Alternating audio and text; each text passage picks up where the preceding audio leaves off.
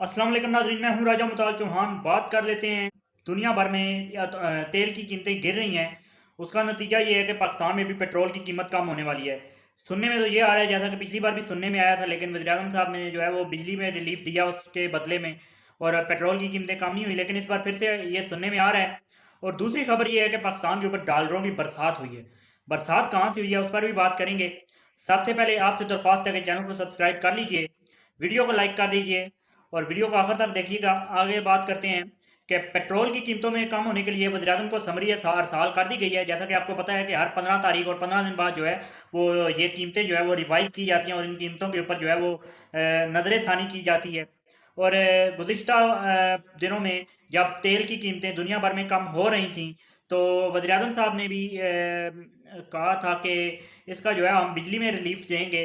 जबकि उससे पहले जो खबरें आ रही थी वो खबरें ये थी कि पेट्रोल की कीमत में तकरीबन 15 रुपए तक कमी का इम्कान है, लेकिन वो कमी नहीं की गई। लेकिन इस बार जो है वो समरी हड़ताल की गई है और उम्मीद है कि इस बार जो है ज़्यादा ना सही लेकिन कुछ ना कुछ जो है वो कमी ज़रूर की जाएगी पेट्रोल की कीमतों में। अब देखते हैं कि 15 तारीख को क्या फैसला होता है और हुकूमत जो है वो पेट्रोल की कीमतों में कितनी कमी की करती है। लेकिन फिलहाल बात कर लेते हैं कि समरी में क्या जो है वो तजवीज़ की गई और समरी के मुताबिक जो है वो कितने रुपए तक जो है पेट्रोल फी लीटर सस्ता हो सकता है। पेट्रोलियम मसनूआत चाहे हाई स्पीड डीजल हो चाहे मिट्टी का तेल हो, तकरीबन 6 रुपए से लेकर तकरीबन 8.5 रुपए तक जो है वो इन सब जो है पेट्रोलियम मसनूआत की कीमतों में कमी की समरी जो है वो वज़ीर-ए-आज़म साहब को अरसाल कर दी गई है। और उस समरी पर वज़ीर-ए-आज़म साहब जो है वो नज़र गौर करेंगे और उसके नतीजे में जितनी कमी मुमकिन हो सके वो कमी कर दी जाएगी। उसके अलावा पाकिस्तान में इस माह मार्च के महीने में रिकॉर्ड तरसीलाते ज़र जो है वो हुई है। रिकॉर्ड जो है वो बाहर से जो है फॉरेन रेमिटेंसेस आई हैं और 4 अरब 10 करोड़ डॉलर्स तक जो है वो ये रेमिटेंसेस आई हैं।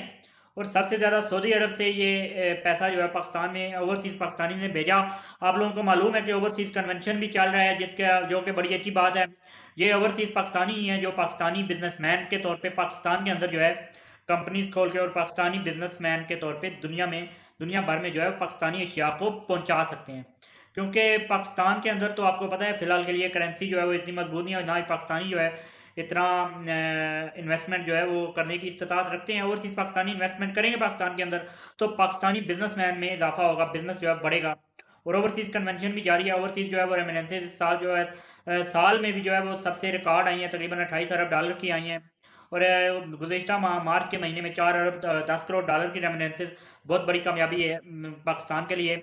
उम्मीद है कि आने वाले दिनों में इससे भी ज़्यादा खबरें हो, पाकिस्तान को इकॉनमी के तौर पे इकनॉमिक पावर बनाया जाए और इकॉनमी के तौर पे अपने पैरों पर खड़ा किया जाए।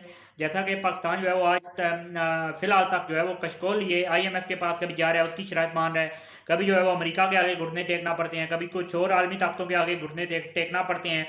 और ये वजह बेसिक वजह इस सब की वो यही है कि पाकिस्तान को जो है फ़िलहाल के लिए पैसे की कमी है, इकॉनमी जो है वो कमज़ोर है, पाकिस्तान को भीख मांगनी पड़ती है, पाकिस्तान को जो है वो कर्ज़ चाहिए होता है और जो कर्ज़ को वापस करना भी जो है पाकिस्तान का आधा जो है ख़जाना और आधी पाकिस्तान की इनकम जो है वो उसी कर्ज़ को वापस करने में चली जाती है।